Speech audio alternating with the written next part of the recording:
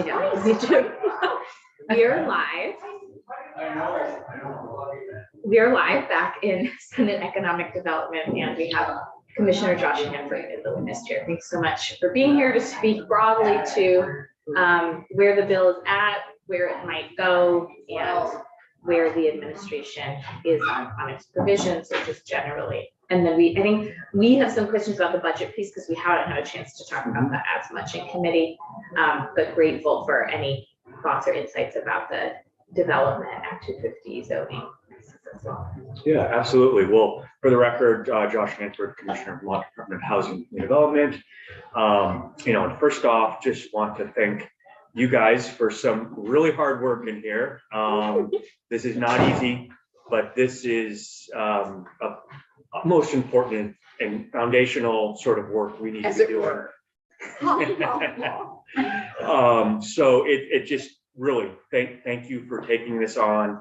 In the past, we've addressed a lot of the housing needs with money and programs. Mm-hmm. I don't think there's enough money in our state coffers to simply publicly fund the building of housing out of the challenge we have. Mm-hmm. We have to help the market work better. We have to reduce the barriers to have a chance at this success. The housing crisis is real. It is everywhere, and it is multifaceted. And we need work like this to help address the needs. I think you're setting up what I would most like to do here is talk big picture. Mm-hmm. And answer questions you have. The governor is very supportive of this bill. I don't want to speak to this little provision or the technical corrections that you've heard from a lot, because this is always changing. There's going to be new versions, there's going to be fixes. But what I would tell you is we're supportive of pushing the limits as far as this goes in every aspect. Well, maybe not in every aspect. Almost every, if it creates more housing. What a clever caveat. Right. And so, what I will say is, on the local zoning provisions, and sort of the argument that this is preempting local control in some areas, I would say that this position, the governor has shifted over the years, seeing this crisis unfold and really looking at government's responsibility. Housing is a public good. We have to, at times like this, take some responsibility for addressing the problems that may be left to everyone's own rightful self-interest and volunteers that can't necessarily make a decision beyond their immediate needs. This is a place where government, federal, state level, needs to be involved in the solution. And the governor's position has shifted here.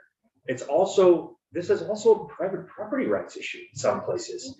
Why can't I, as a homeowner and a taxpayer, decide I want to change my home into a duplex or a triplex? I pay taxes.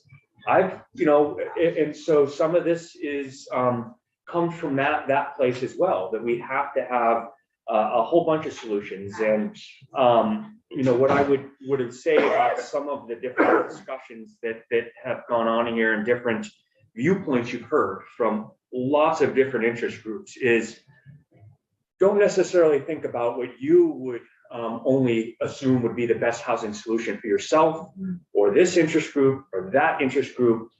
There needs to be choices and options, which there aren't right now. And so think about all the different ways that new housing can be brought online, different shapes and sizes, different definitions. Really is, I think, key to this bill having a variety of different prescriptions on how to fix this problem. When we get into one of the areas that maybe I don't think should be controversial, and there has been overwhelming support from most of your folks testifying, is on the very limited targeted Act 250 changes that support housing. These are not big changes in my opinion. I think we're very grateful that these are in here and are being discussed.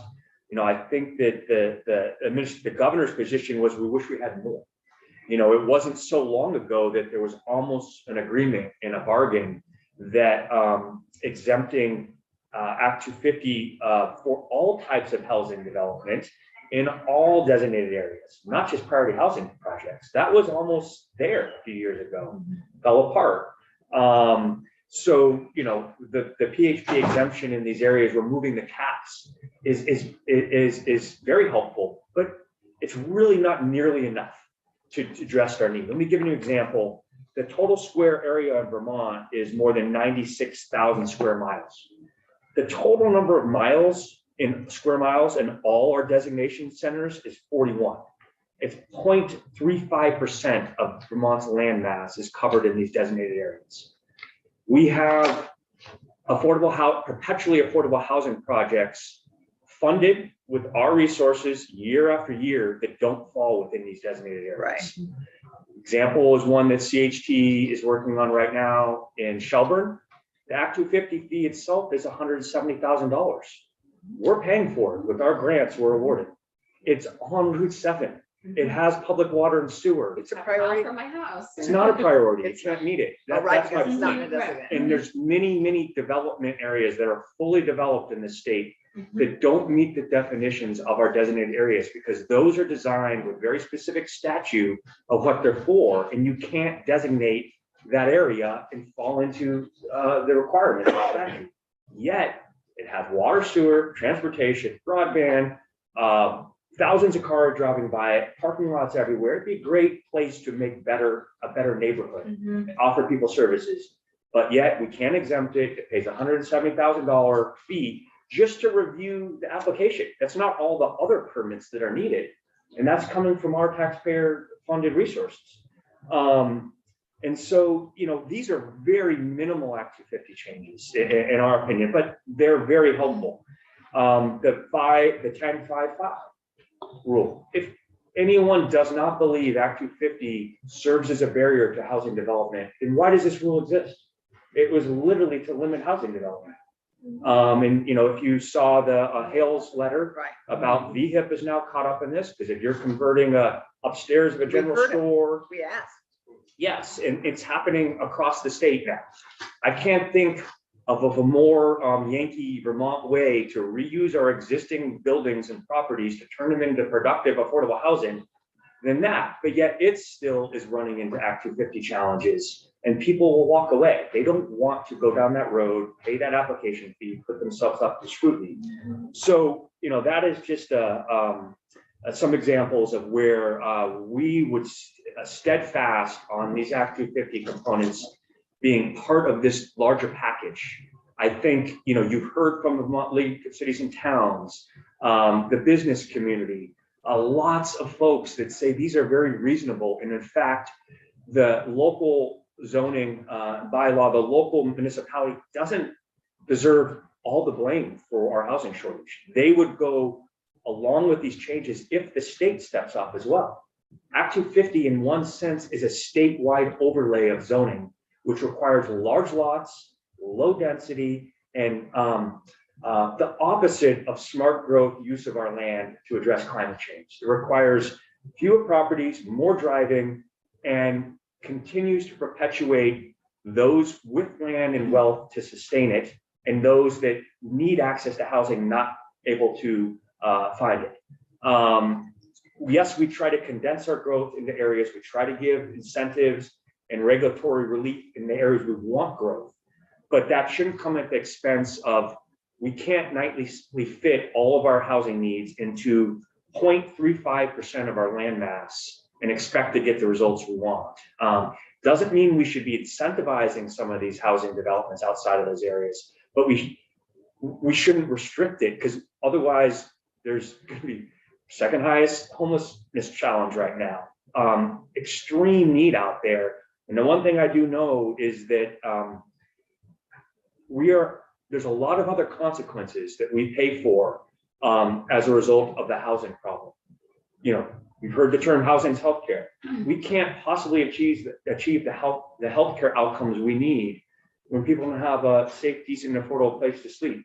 We can't achieve the education goals we want when children can't live in a safe, decent housing. We can't we can hardly address any of our other challenges without paying more than we should in those areas if people can't find a decent, affordable, safe place to call home. And so we're paying for it through lots of other systems by not addressing this problem, and we have been for a long time. Senator Parks. So I think there are two things I would say at the moment. First of all, it's the 0.35 is designated. And we have to remember that often with our designated village centers and downtowns, it's not all of the downtown. It's not everything you think of as downtown. That's right. Yeah, exactly. So the overlay of the neighborhood development areas, which are contiguous to the That includes the neighborhood development. That is what we often think of as the downtown, but we haven't done a number of those, as we know. We only have like 12 NDAs. 13 to 15 now. We've added two four in the last last week. year.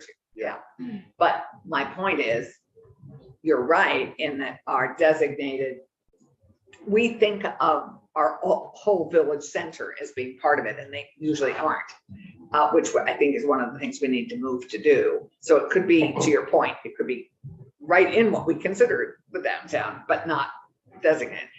The second thing is, I would say I completely appreciate this sentiment that you say, Act 250 is no longer represents smart growth in many ways.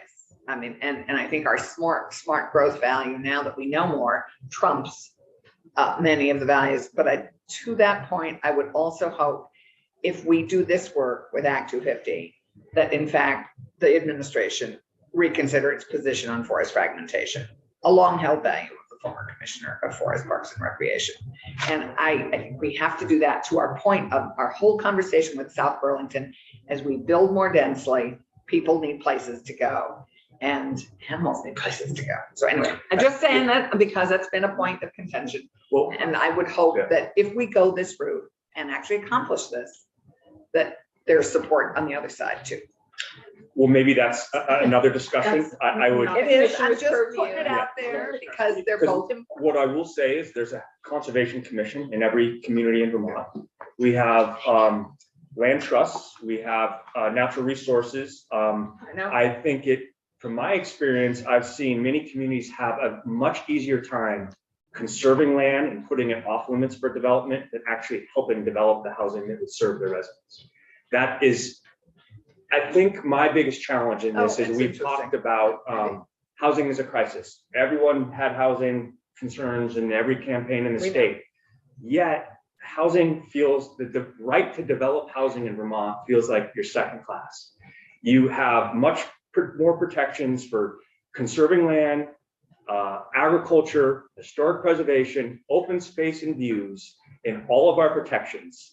We're not serious about supporting the housing we need when the right to develop housing is literally behind 15 other priorities and lots of rules and regulations, Act 250 being foremost in front.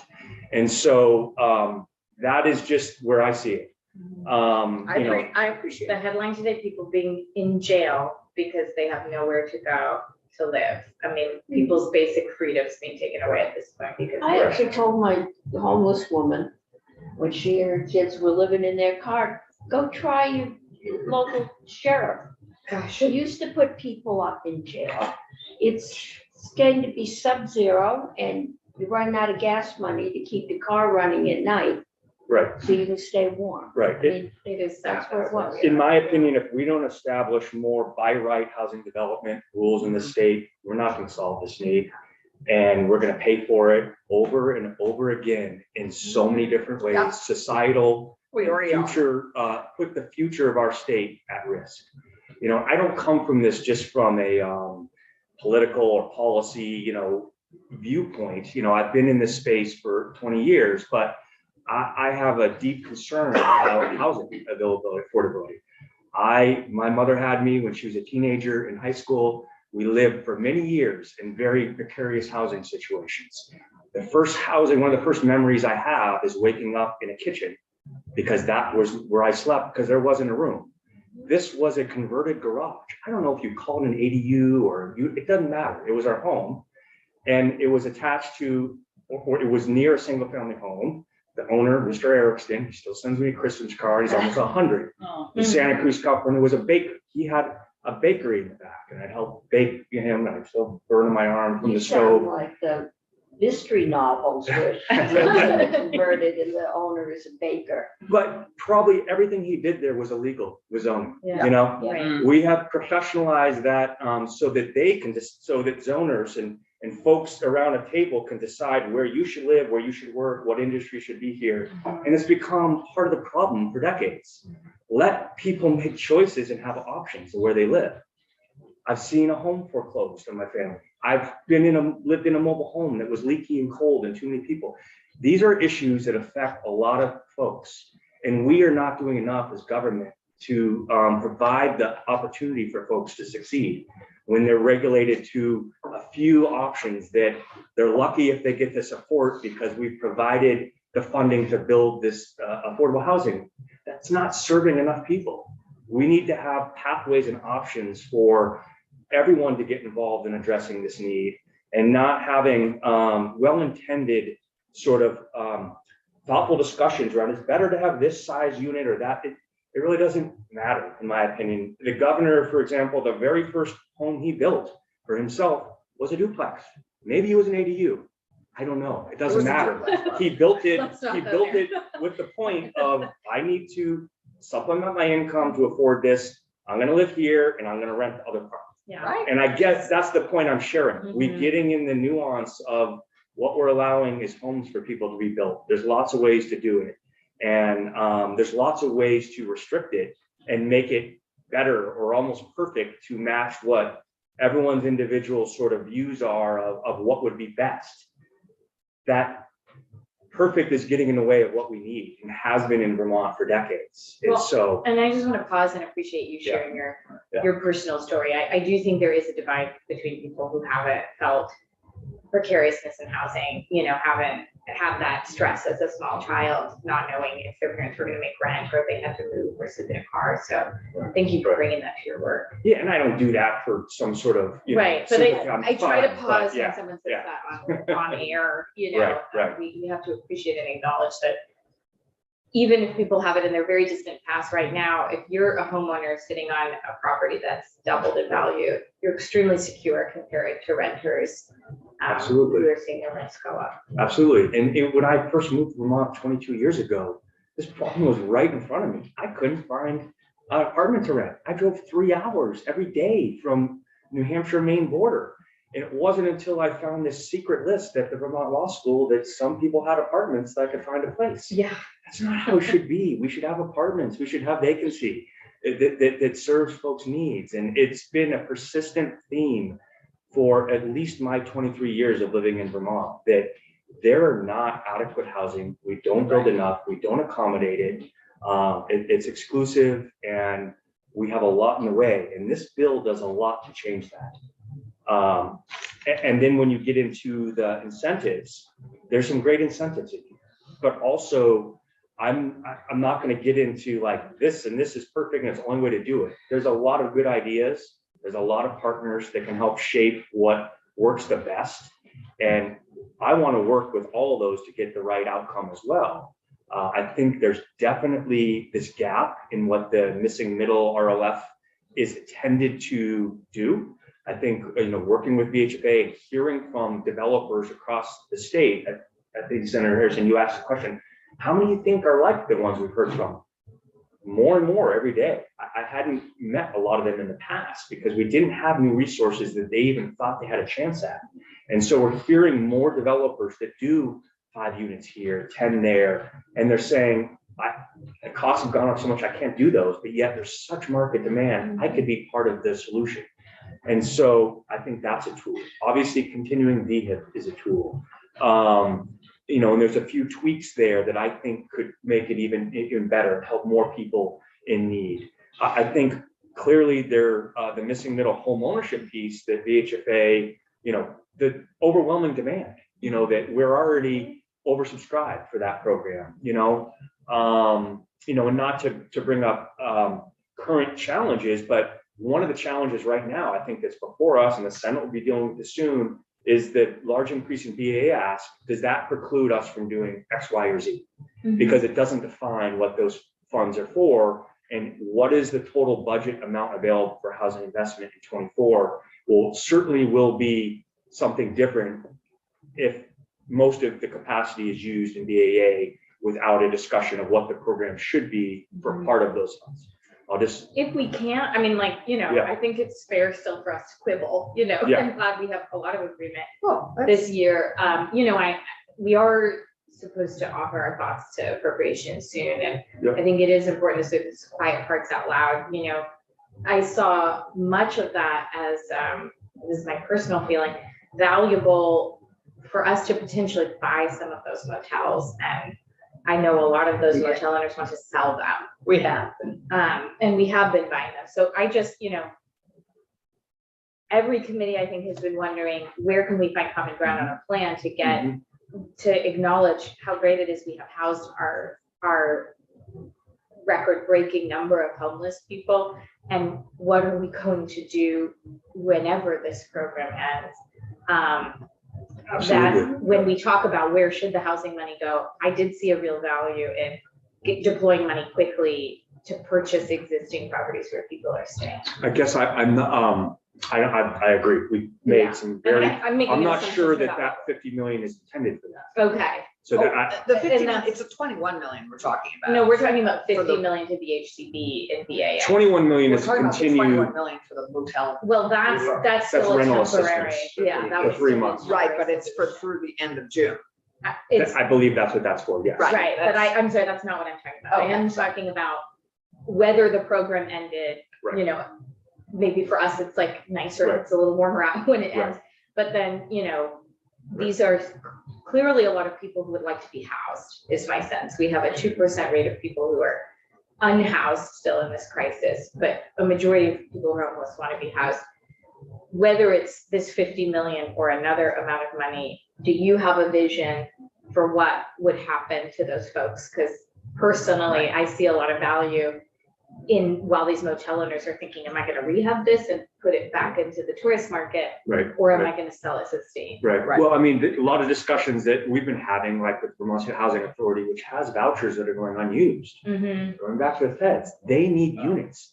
They mhm, see some of these, Yeah. like the missing middle right, RLF. If we can invest in properties that need a quick, mhm, like Moore said, NOAA, sort of, there, some units out there that can get a quick investment. Maybe there isn't the deal that can be pulled together for a long-term permanent affordable housing with tax credits, yeah, because that availability of tax credits is limited. So we have to make other investments that don't require the resources that we have that haven't grown to be part of the mix, or will be Mhm. stalled. It's just a 5-year waiting list thing. Get in line and wait.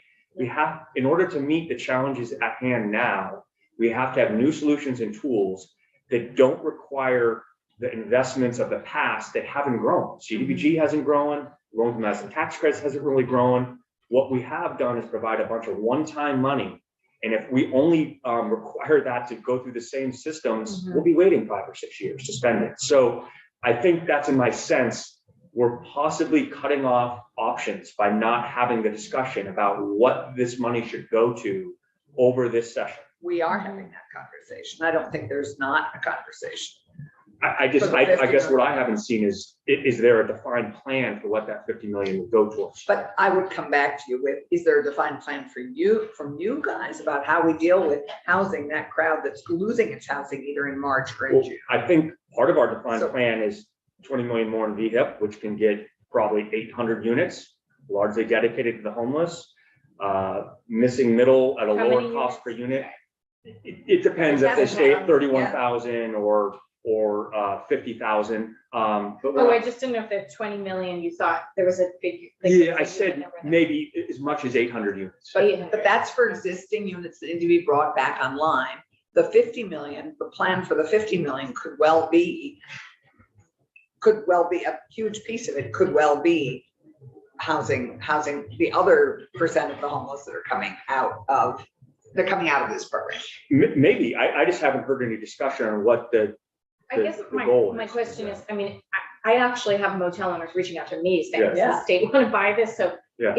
is the state starting to get inquiries about the purchase of some of these hotels. Yeah, I mean, just to back up and be clear, I don't want to be controversial. We need housing investment. Yeah, I'm no, pretty we're sure the not- governor's we're not letter even said that. arguing. It's I'm just, very curious. we don't know Yeah, what we're precluding from the solutions being if we're Right. investing the money in the BA before we Yes. talked about some other Mhm. sources and That's options. fair.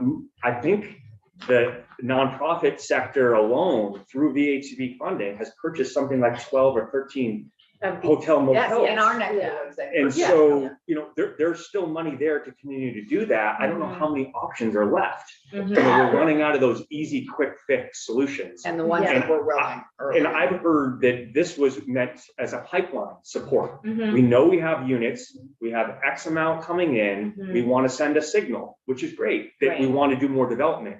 But I don't necessarily know that there is a time horizon that addresses what you're getting at Okay. with that 50 million. And if that's the goal, Mhm. there ought to be a discussion and slow down and say, what are we buying? How is that directly affecting the folks we want to move from the hotel motels programs? And then also have the discussions from some of the homeless service providers about the complications, what they're seeing and how this need is being met and the challenges before us Mhm. that it must, I don't work AHS and homeless, but what I've also heard is it's quite one thing different for us to say Vermont is going to try to solve its homeless problem. We've already rehoused 2,800 people. We've had great successes more than ever.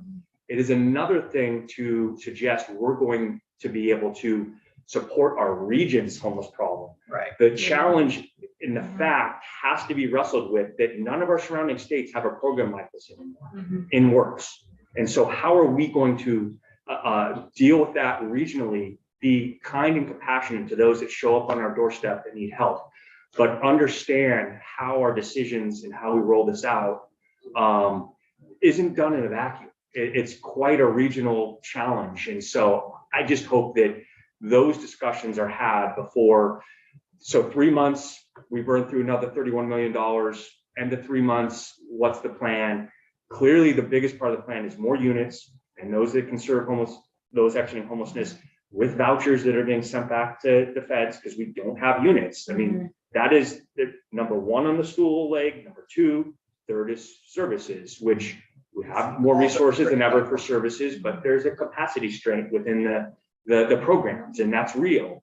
Doesn't mean we shouldn't stop trying, but so it's complex. Yeah. I don't mean Well, to no, we're trying to sidetrack. fit that conversation into our Yeah. larger housing deliberation Yeah. because Senator Kitchell isn't just gonna rubber stamp anything, and she does really want to know Yeah. what this is for, and we have to Yeah. help. And have neither did the conversation. House. Senator, comment. No, we did a really good job of stopping Vermont from looking like Long Island, if it ever was going to, at least sections I lived in, near You Lebanon. mean development wise? Yeah, development wise. They were going to Act 250. Yeah. Oh, okay. I didn't know you Okay. were talking about Yeah. like. That- We've been all right. there. So we Okay. did Act 60 so that out-of-state developers couldn't come up here and put up Right. miles and miles of tracks. Act Yeah. 250. Yeah, Act 250. We were very successful. Some of us got our houses. And for a while, our kids could find houses, but maybe not. But we were so successful now. I mean, to me, Vermont has always walked a very thin line between being a state and being a theme park. And one of the differences is you have real people that can afford to live here and have housing. It's not Walt Disney surviving, providing it for the state for you. And we're trying to work our way out of all those years when housing, the raw material cost for housing is higher than it's ever been. And this has been going on for years. I mean, 8, 9 years ago, we figured you couldn't do the site work in Montpelier for less than 300,000. Now it's, I'm sure, more than that. So the developers can't build affordable homes.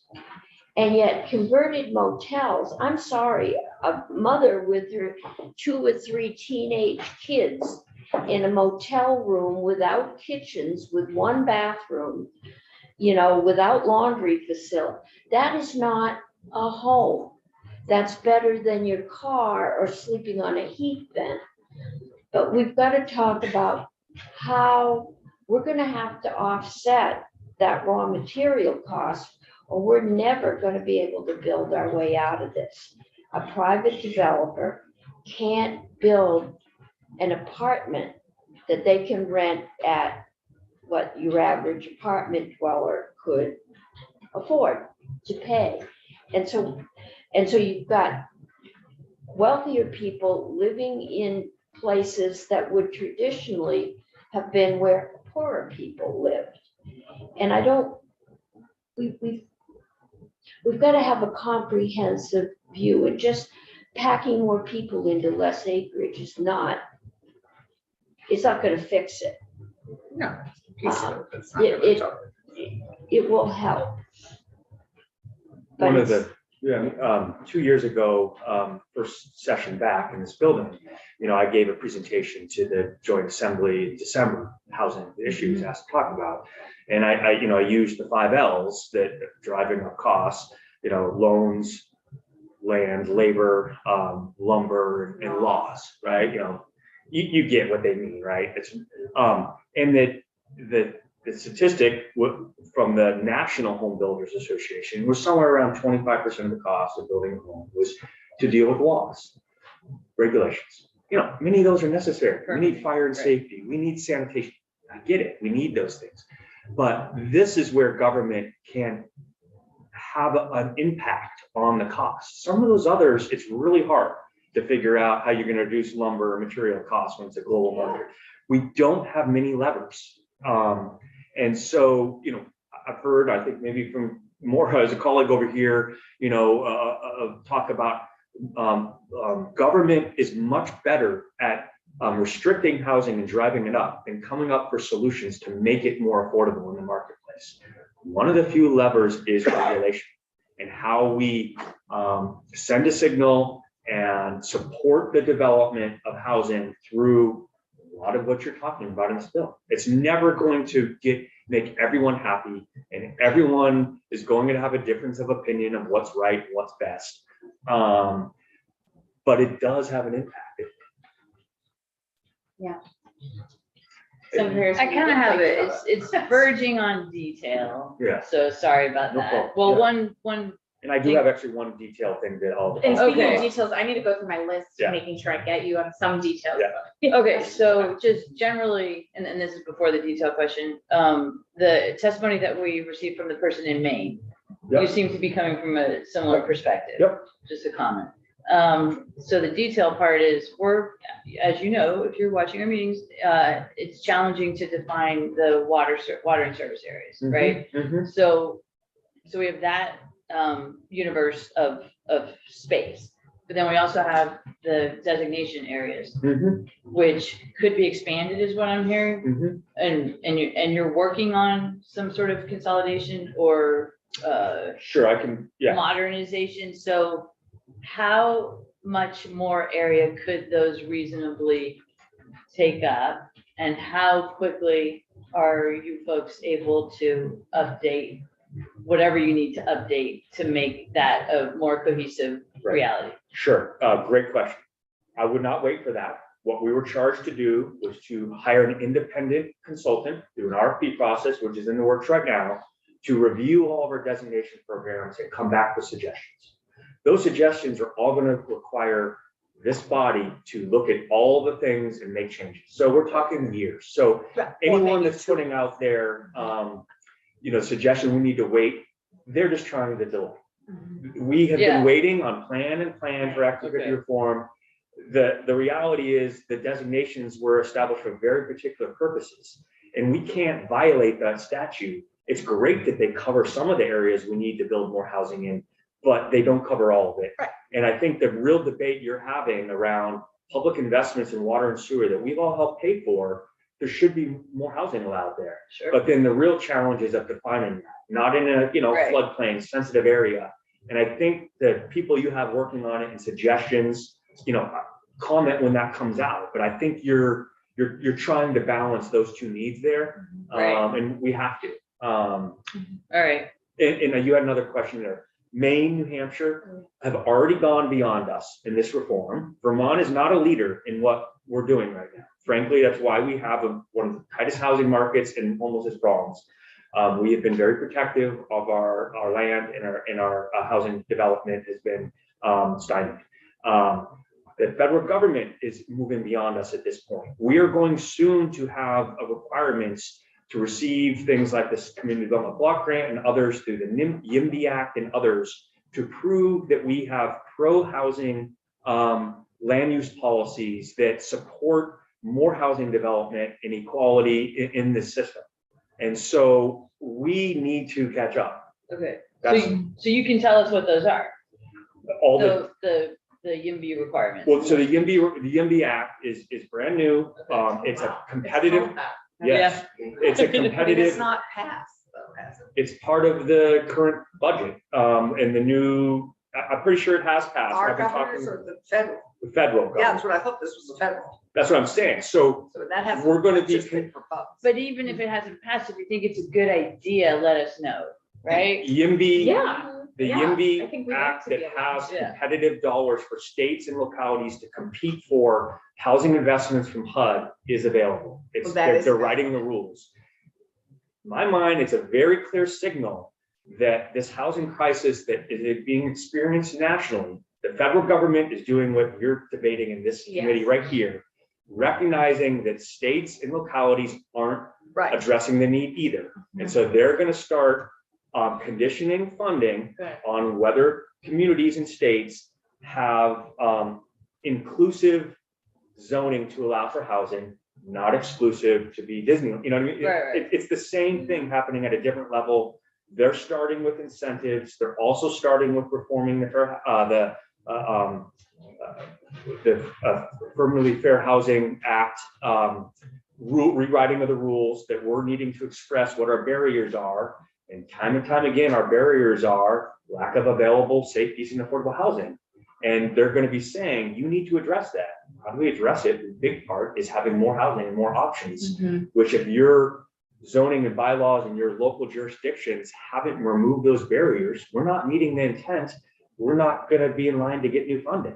It's just like how they deal with transportation funding and others. So I'm just suggesting Yeah. that the federal government is having the same discussion that we're having, because localities and states aren't doing enough to solve the housing crisis either. And it's become a national crisis. Are there broad principles already outlined, or that we're waiting for rulemaking on that? Because I think we have been talking about, we are going to be distributing a lot of dollars for wastewater and, you know, What I can, infrastructure, so. you mean for the YIMBY? Yeah, how do we what I can look at tell you is, so I was on a committee of the National Council of State Community Development Agencies. So it's the liaison group for all the states that have an agency of commerce and community development, Department of Housing and Community Development.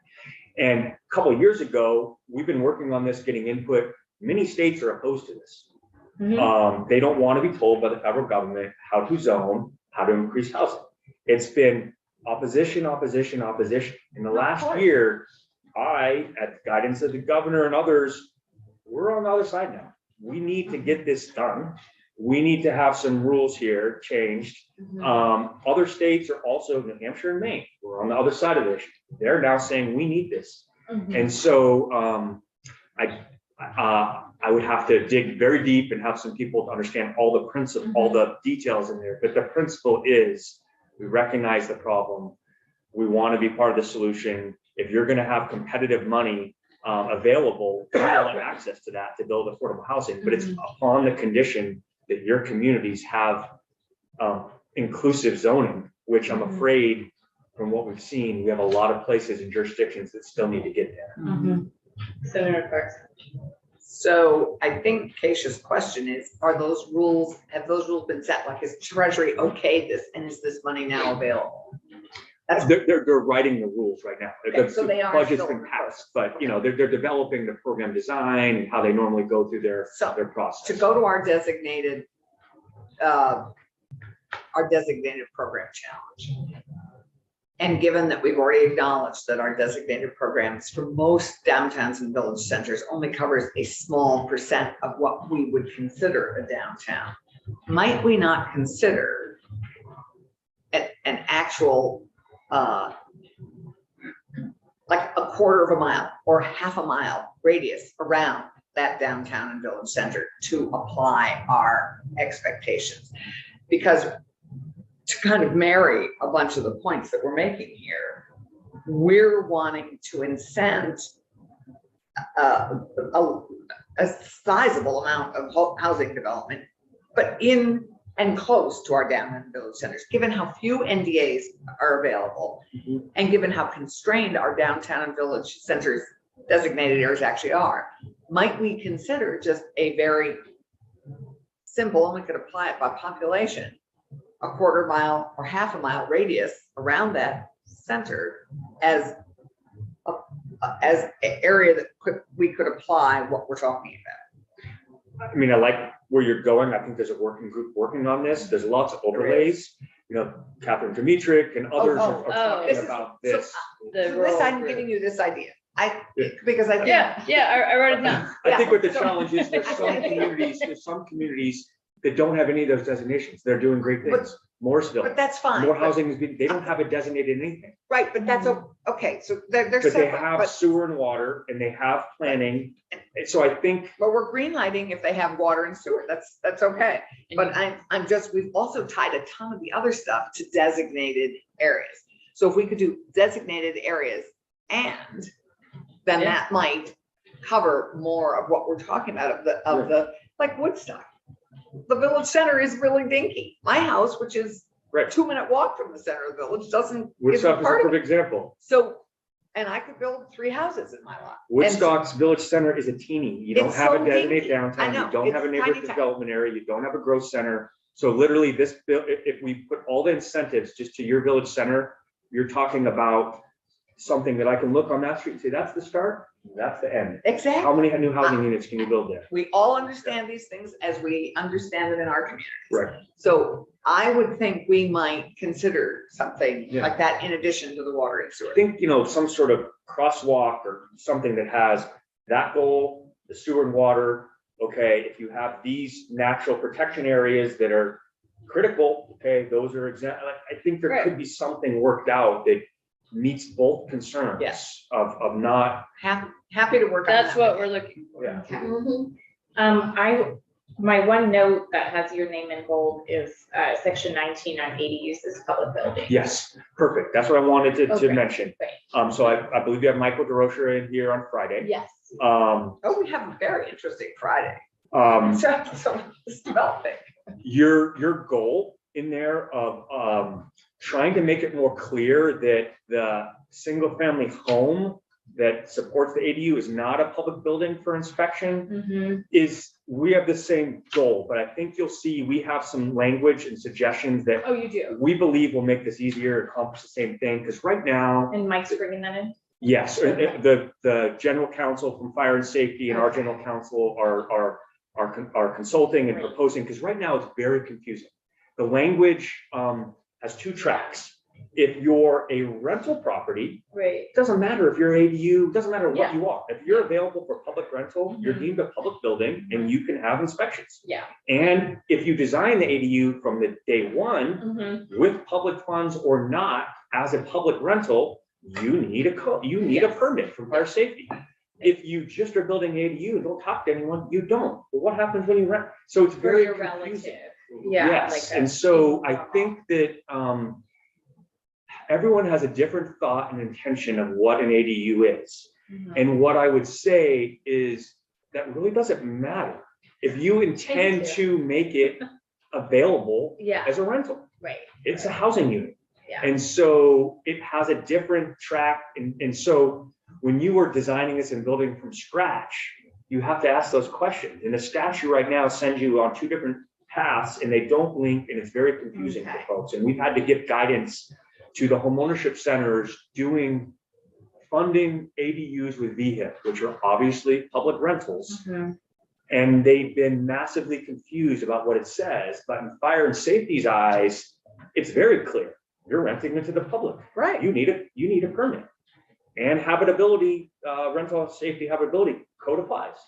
But depending how the question's asked, you'll get different interpretations. And so there needs to be clarity in the statute. And we have a team working on it that we think can get at the same thing in a little bit less confusing way than right now is the If section. they want to tackle the definition of duplex and ADU for us too, We're that would getting also there. be great. We're getting- Yeah, But it's not the, oh, I'm sorry.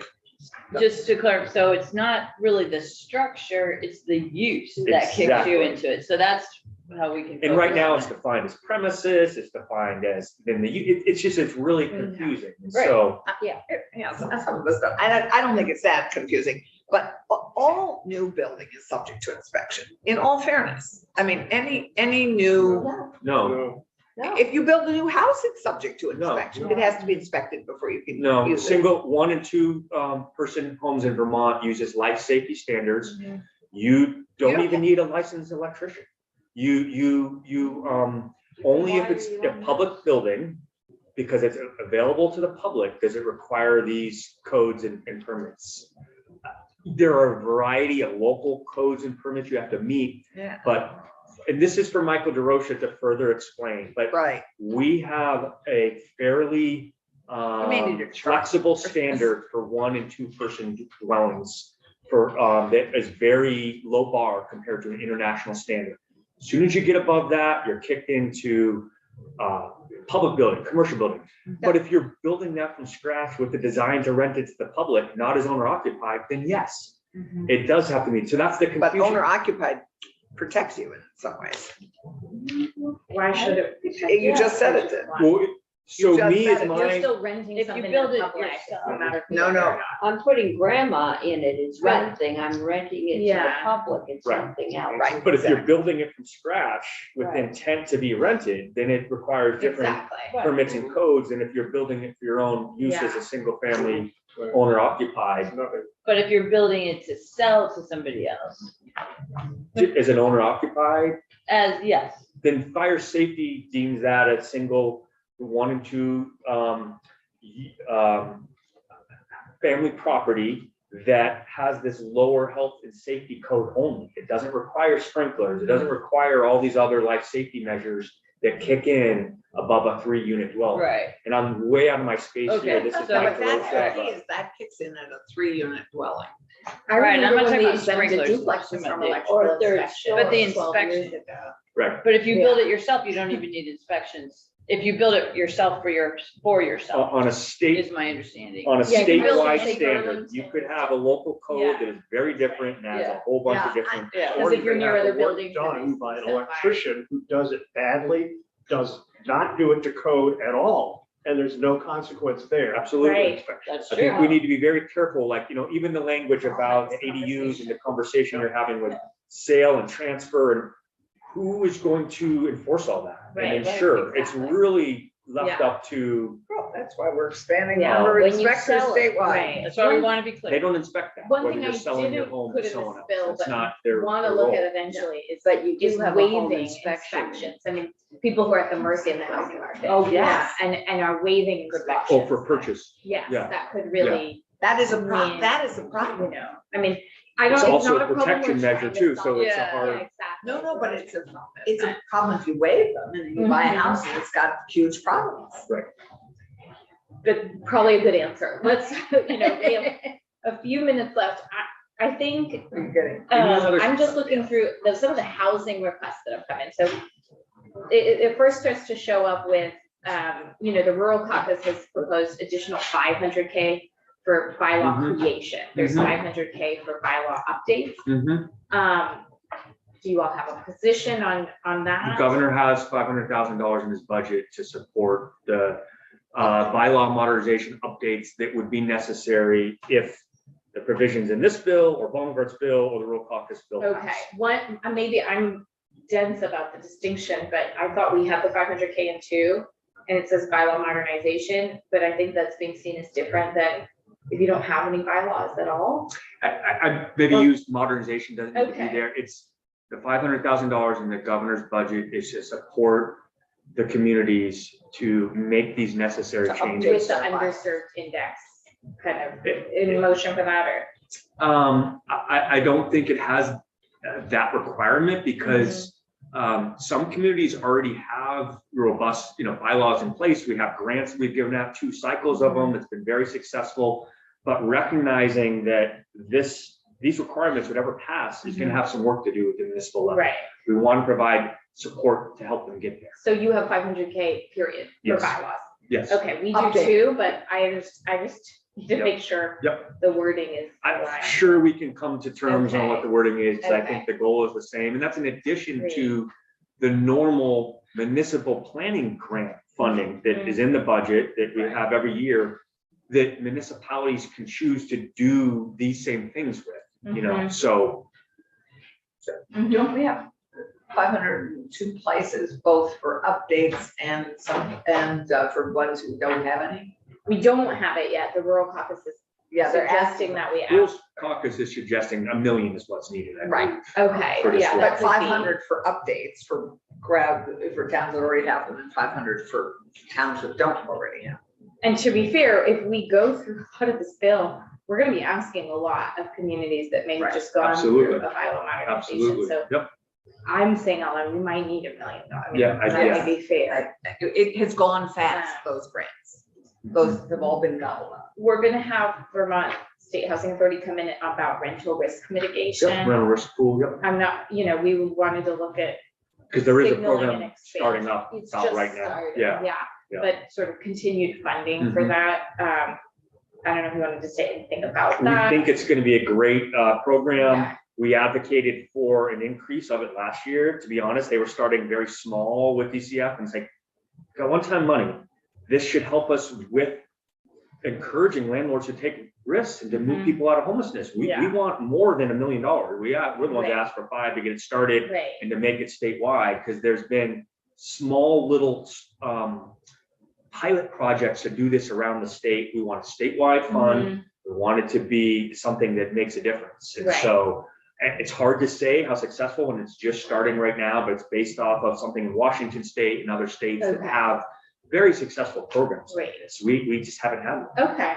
The final piece for me on the funding side is, I think we all celebrated that we put a lot of money into mobile home park and mobile home manufactured home repair.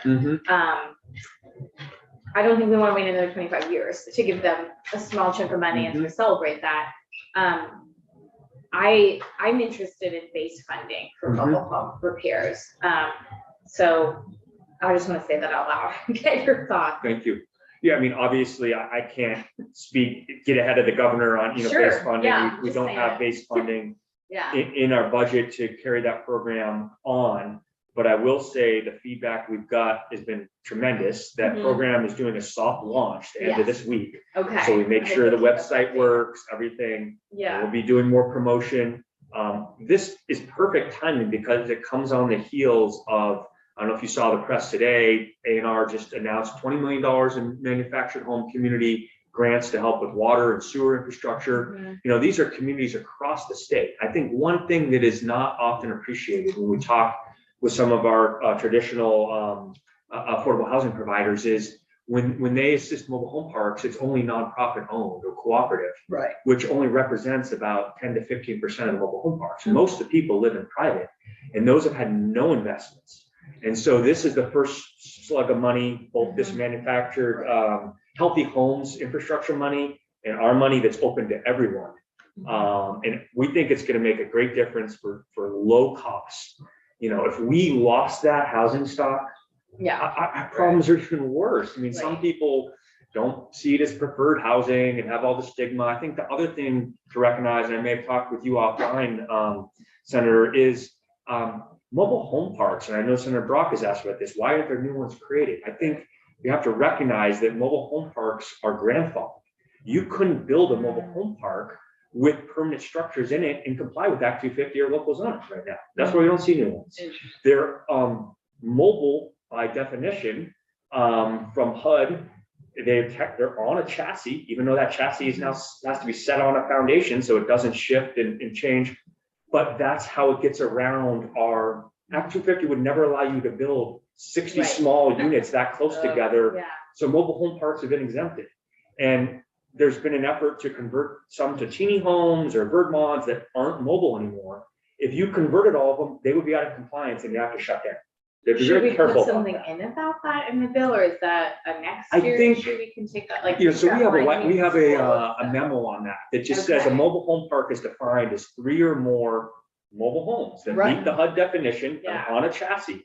If you go below that, they're no longer a mobile home and they're at risk of whatever Mhm. would come up. And so we're not in a crisis on this. There's not that many that are being converted. to But maybe permanent we don't wanna structures. wait for a crisis. I mean, people have come to me asking if they can do tiny homes and Right. create some Right. alternative option for Right. homeless people who want their own four walls and so. I think some of what you're doing would help with that. You know, if you got rid of that 20-year, like, if they can meet the density that Oh, now you're okay. allowing, Okay. they and then can a do developer that. isn't gonna be stopped, you might start to see some alternative. Some It works in Vermont rural clusters or options, something. clustered homes that Okay. could now comply. Okay, Whereas now we think of mobile homes, like, why don't we see more of those? Because the grandfather, they wouldn't meet current statute in a bunch of different ways. or someone could kind of put a tiny home by right in their yard. Yeah. Or. Or if ADU, if it's got Yeah, the, as a ADU or a duplex. I think this is a good next year to flesh out more fully, but to tag on to Keisha's idea of putting this into base funding, which I think it is essential. I think we also, because we've come into this challenge of mobile home parks, private mobile home parks wanting to sell them at the end of their sort of, after everything's been run down, after the infrastructure's been, is in terrible shape, and they're selling these to whomever. And I think we need to use this base funding as a way to keep mobile home park owners on top of keeping infrastructure in good shape. And I would love to figure out how we do that. So Mhm. whether it's every 5 years they have to be inspected or whatever it is, Right. we cannot be allowing them to just run it out of its useful life and not keep it maintained. So how do we also require maintenance of that infrastructure? it's So an that it, affordable housing stock that doesn't receive the same benefits as perpetual affordable housing with ongoing investments. And so the all options of an owner is to then borrow that money and jack up the rents, which then will displace people, the lot rents, because they can't pay they're for it already with that. jacking up the rents. I mean, Well- Arthur, as you know, keeps us in touch with Yeah, no, I sign up. everybody who's raising their rents above the statutory allowance. And Well, it's, a lot of, yeah, I mean, I guess I would say that a lot of the park sales you see, actually no one buys them because they're in such bad shape and they're not a good But investment for let's- anyone. but we can, And then we they can turn affect into that. co-op. We And can that's affect what the that. A&R money is doing right now. Yeah. There's literally 40 mobile home parks that just got funding today to do exactly what you're talking about. Right, but look how And- long it's taken. And so many of those are in terrible shape as a result. If we stayed on top of it, Absolutely. it would be great. We So haven't let's be- invested in the mobile home parks to nearly the extent that we invested in Exactly, permanent rental housing. right. So That's what just I'm trying to Take say. that back, that there's a desire here for some base funding for. I mean, the reality is there isn't base funding for VHIP, there isn't base Right, funding for right. this, there's no base Yeah. funding other than the VHCB base funding Yeah. for affordable housing investments. Right. But VHCB, I think in some ways by nature, leaves out mobile homes, so when we talk about types of housing, that will Yeah. never be And covered. they do, to be fair, they do some mobile home investments, but it only follows the nonprofit. Perpetual. Yeah, and it's a very small Yeah. scope. It doesn't begin to address the need and problems. Exactly. And so I am, happy to talk about that, and you have very passionate mobile home folks in our department that know the ins and outs and all this. And, I will say, as bad as we have challenges there, we're at the forefront of protecting manufactured home community citizens in this country. Good. Oregon's copied our rule, Colorado's copied our rule. They all look to us to ensure, because we have 18 months sale notice. Can't other Yeah. states, you can sell it in a month and everyone's gone. Yeah. And so we have these protections, but we haven't invested in keeping them desirable places to live. Correct. That's what I I think agree we're trying to do. Absolutely. Well, this has been wonderful. Yeah. Thank you for Commissioner. your work. It's Thank you for your work. all encompassing, never ending, and, Well, and you must be yeah. thrilled that your baby, because VHIP is your baby, yeah. is doing as well as it's We doing. do appreciate your support and the governor's support Yeah. Yeah. as well. That does make That's a it. difference. Yeah. This bill hopefully will leave here very strong. Yes. And we'll just we'll look for that partnership to Yep. keep reminding people how desperate this crisis is and how much Oh. we need to do this. Can I just quickly ask a question? Sorry. On the ADU navigators, how is the partnership with the homeownership centers working in your mind in terms of Yep. those navigators, and are Yep. all So- of them sort of equally consistently good? So, so just to be Sorry, we clear, can come VHIP, follow on that. given how late VHIP, it is. last year with federal money, set aside $800,000 to promote ADUs and to provide some technical assistance. Right.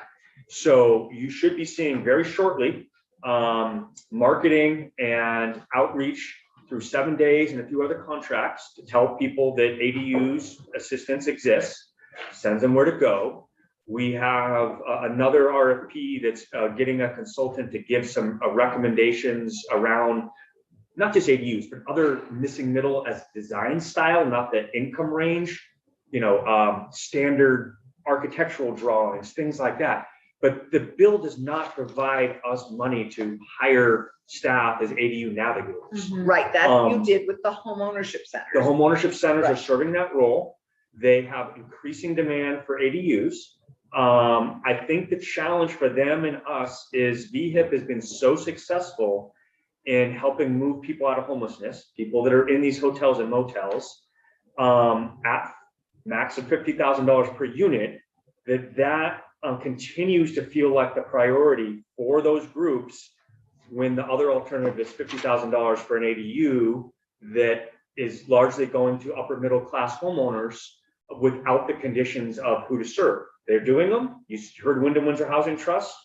Great demand. No, The I know. demand is going We to got increase. Two of them in Woodstock. Demand is going to increase, but we have to wrestle with what's the intent, the public good, I think the public good, as you said before, is more housing.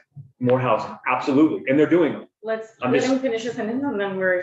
Yeah. delighted. Just saying that there hasn't, maybe the housing navigators that the RPCs are talking about in this bill, there's lots of need we're hearing to help small-time developers get access to funds and the technical assistance they needed. And we're learning more and more as we have new programs that there are folks out there trying to do this. Whereas in the past, they just wouldn't show up because we had so little resources that only went to the largest, most sophisticated housing developers that use all these complicated federal programs. And we're entering a new space where there's new resources and programs and people need help and guidance. They And do. I would argue that a state employee at Montpelier is not going to be the best resource for that. And We need to you've help. long argued that, and that's why I'm asking how the homeownership Yeah. centers are doing Yeah. that. Okay. They're doing it. So They're doing it. They all wish they could do more and better. But I think we will see more ADUs. Thank you. Thank you.